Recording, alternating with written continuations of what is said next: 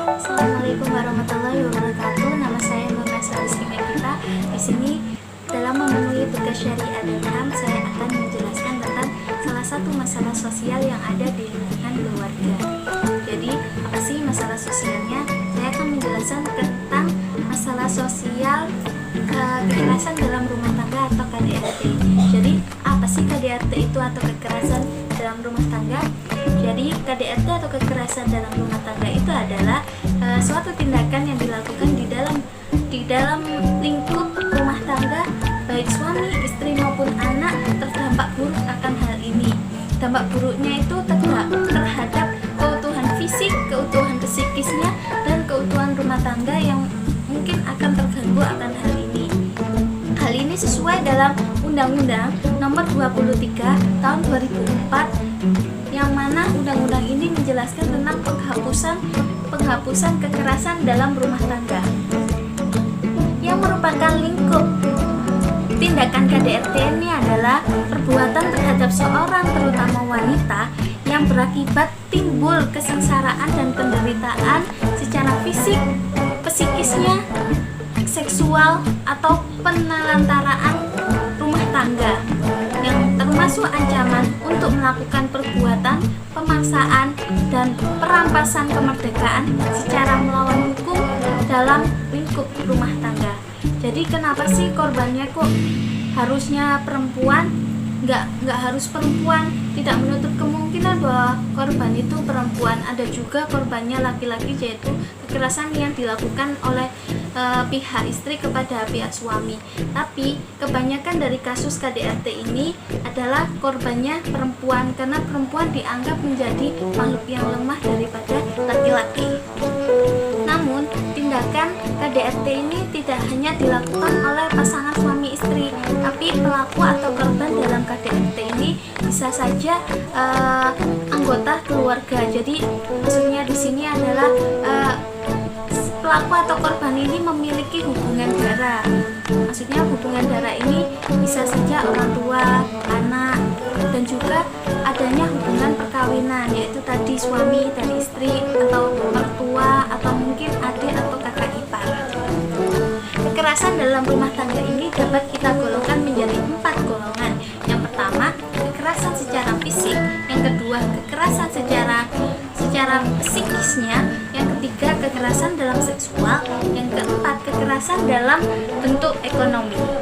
Jadi golongan-golongan dari kekerasan dalam rumah tangga ini bisa berakibat, yang pertama dari kekerasan fisik sendiri berakibat adanya timbulnya cedera buruk atau cedera berat, tidak mampunya menjalankan aktivitas sehari-hari, pingsan, kehilangan salah satu penginderaan, terganggunya daya pikir selama berhari-hari atau bahkan 1 bulan atau beberapa minggu, terus gugurnya atau matinya kandungan.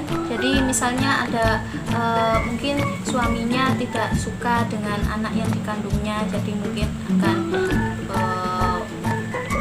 melakukan suatu kejahatan yang bisa menghilangkan kandungan sang istri. Dan bahkan yang lebih parahnya bisa menimbulkan pembunuhan dari kasus kekerasan fisik.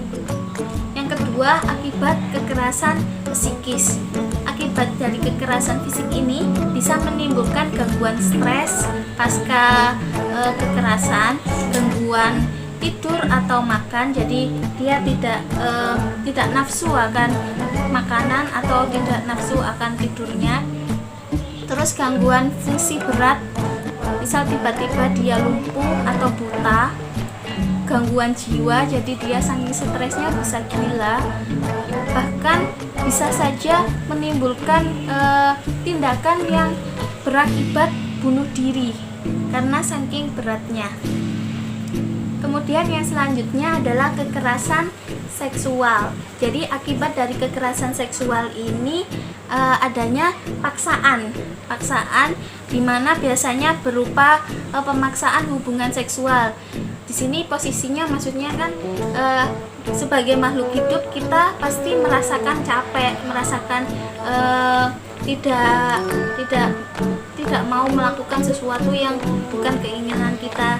Jadi mungkin saat kita, maksudnya posisinya kita adalah sebagai istri, terus kemudian suaminya mau melakukan hubungan, tapi istrinya mungkin sedang sakit atau sedang haid, tapi suaminya ini karena nafsunya itu saking tingginya, dia memaksa istrinya untuk berhubungan, dan hal ini bisa menimbulkan suatu permasalahan yang mungkin menimbulkan stres dan kesakitan jika melakukannya terlalu keras, atau mungkin dengan atau tidaknya alat dalam berhubungan seks.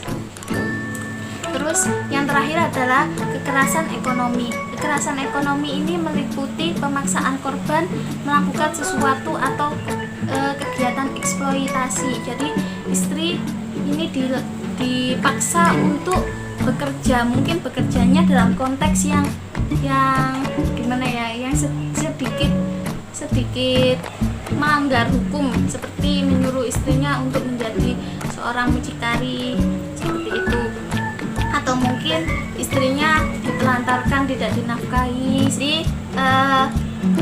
KDRT ini mempunyai penyebab. Adanya suatu KDRT ini ada sebabnya, yaitu sebabnya adalah yang pertama, laki-laki dan perempuan tidak dalam posisi yang setara. Misal perempuannya ini tamatan SD dan laki-lakinya ini tamatan SMA. Jadi laki-laki ini menganggap istrinya itu, alah kamu itu nggak bisa apa-apa, kamu cuma lulusan SD, masa kamu berpikiran kayak orang yang lebih pintar dari aku. Jadi menganggap remeh istrinya begitu. Terus masyarakat menganggap bahwa tindakan KDRT ini adalah tindakan, maksudnya itu dalam lingkup pribadi atau masalah pribadi, bukan masalah masyarakat, bukan masalah umum. Jadi kalau mungkin ya kita ini mendengar tetangga kita lagi ribut atau lagi cekcok, kan kita sebagai tetangga masa mungkin ikut-ikut campur, kan kita menganggap itu masalah mereka, jadi biar mereka yang selesaiin. Tapi hal ini salah banget. Jadi harusnya kita sebagai makhluk sosial harus saling bantu, saling tolong menolong jika ada orang lain yang membutuhkan kita. Jadi mungkin kalau cekcok atau pertengkaran tetangga kita itu berakibat fatal sampai ada terjadinya pukul memukul, kita sebagai tetangga harus segan dalam menolongnya, karena sesuai dari pasal tadi, dalam sebagai makhluk atau warga Indonesia yang mematuhi hukum, kita harus saling membantu dan menjalankan peraturan yang ada di undang-undang. Seorang laki-laki itu beranggapan bahwa istri harus selalu patuh akan apa-apa yang ia inginkan, maksudnya apa-apa yang ia perintahkan kepada istrinya. Tapi jikalau itu emang maksudnya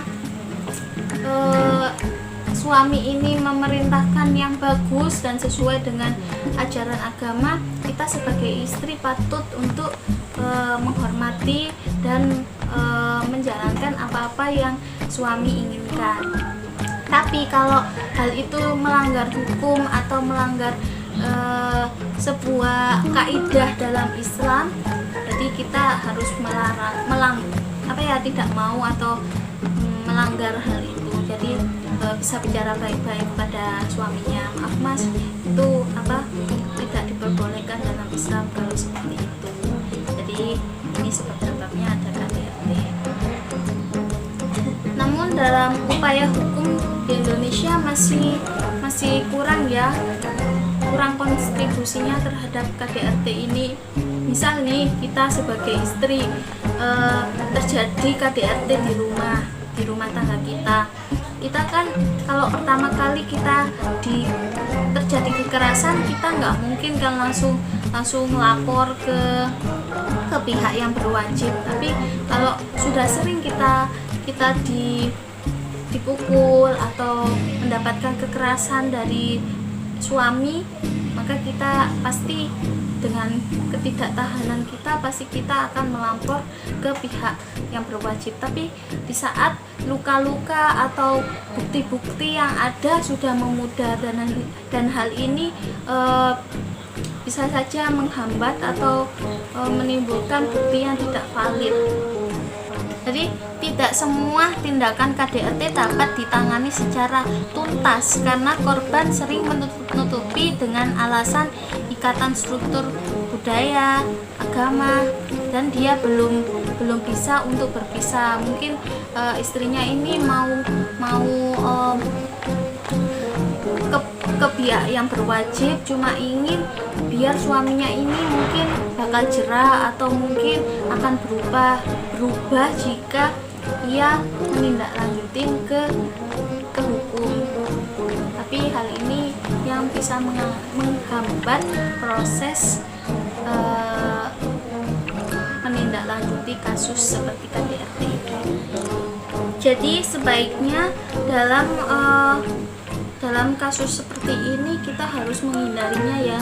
Makanya kalau kita ingin untuk membangun rumah tangga, kita harus mempelajari ilmunya terlebih dahulu. Terus untuk menghindari kasus-kasus seperti ini, mungkin sebagai suami istri harus menjalankan hak dan kewajibannya sesuai dengan apa yang disyariatkan oleh Islam, atau mungkin dengan agama lain yang mempunyai hak dan kewajiban yang harus dijalankan sesuai agamanya. Seperti itu. Terima kasih sudah mendengarkan atau sudah memperhatikan penjelasan dari saya. Terima kasih. Wassalamualaikum.